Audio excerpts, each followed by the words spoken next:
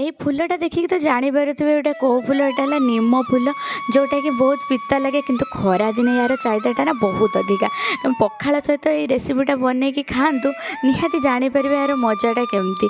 तो मुझे जाइली बाप घर को मम्मी चुली रे बसिकी सरू सरू आलू आ गुंडी पियाज ताकू भाजिकी आउ निम फूल को भल भाव धोईकी ता सहित भाजी नहीं आ गरम गरम कुड़कुड़िया भजा यार जो मजा आपण मैंने भी निहाती ट्राए करूँ। आ मो भिडियोटी जब भल लगुए भिडियो गोटे लाइक देवाई जमा भी भूलबेनि। आमर गरमा गरम भजा तो रेडी हो गला ता सहित अलग किसी भी रेसिपी अच्छी आपण मैंने वीडियो को लाइक करूँ चैनल को सब्सक्राइब करूँ मोर एमती नुआ नुआ वीडियो देखापी।